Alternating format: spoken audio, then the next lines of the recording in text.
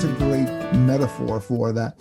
And in order to build certain aspects of those muscles, specifically, let's say, in order to build your energy, in order to be able to build your energy, not only so that you can be a better performer, but also so you can enjoy life more, right? Because you enjoy life more when you have more energy to do things. Again, that's not going to be, it's like, I don't go to the gym and lift weights and then look at my biceps and see that I gained 2 inches on my arms. It takes time. It takes time to do that. But there is a regimen that you have to follow in order to make those gradual gains and make those changes. And the brain also requires that regimen. So in your TED Talk, you spoke about 3 activities, which I consider are the regimen that you have to go through as you try to develop yourself into someone who's more calm, or someone who's more energetic, or someone who's both more energetic and more calm, more creative, more confident, all of those different things. And there were 3 aspects to it. And the first one that you brought up was to dream. I don't think you're talking about what I do every evening after I have a cup of chamomile tea. You're talking about something else. Could you tell us about that?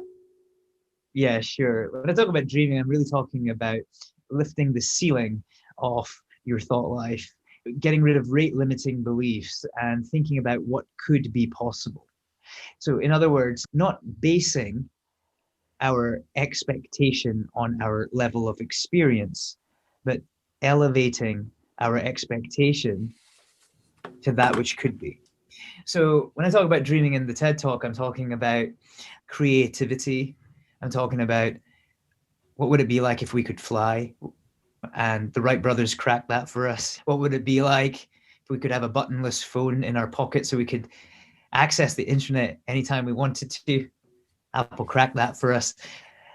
What would life look like for us? What would our everyday life look like? What would work look like? What would the boardroom look like if we could access our ability to think without a ceiling, to be able to override the naysayer thoughts that we have? Oh, it's not going to work. People are going to laugh at us. No one's ever solved this before. Whatever. All of those very real negative thoughts that we have to fight with day in, day out. What if we could navigate through them and just go, no, like, what if it could be? And that really is the basis of dreaming. It's, in a sense, common sense, but common sense isn't always common practice. And that's why it's worth talking about. Yeah. I love the way you said that in terms of dreaming without the ceiling of experience, because I think we often do that, or not even experience, but sometimes we limit ourselves based on our own practical projection of what's going to happen based on some kind of experience. So as someone who coaches people, I've come across people who wanted to propose a particular idea, and they would say to me, in my company or in my particular organization or with my group, this won't work. And I go, why not? And they say, because my supervisor will just basically put a kibosh on it. They'll say, no way that you can do this. And I'll say, really? And how do you know that? And they'll say, I've had this experience that in the past that this happened and that. I go, okay, so when you floated this idea by them, you just started getting negative vibes from that trial balloon. They'll say, oh no, I didn't float any idea by them because I know that they're going to say no. And then after like leading them through that conversation a little bit, I bring them back and I say, you have this wonderful idea, but you've decided in the theater of your mind that it's not going to happen. And as a result of that, you've concluded that it's not going to happen. You've then searched for more ideas on why it's not going to happen based on previous experience to support this feeling that you have.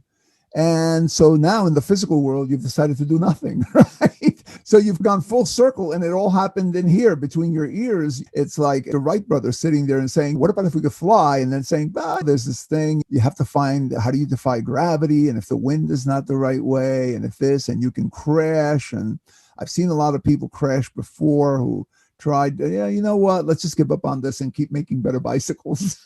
So right, you can go through that whole mechanical exercise, but I really love that. I think that's a gem to put away, which is to dream without the limits of experience.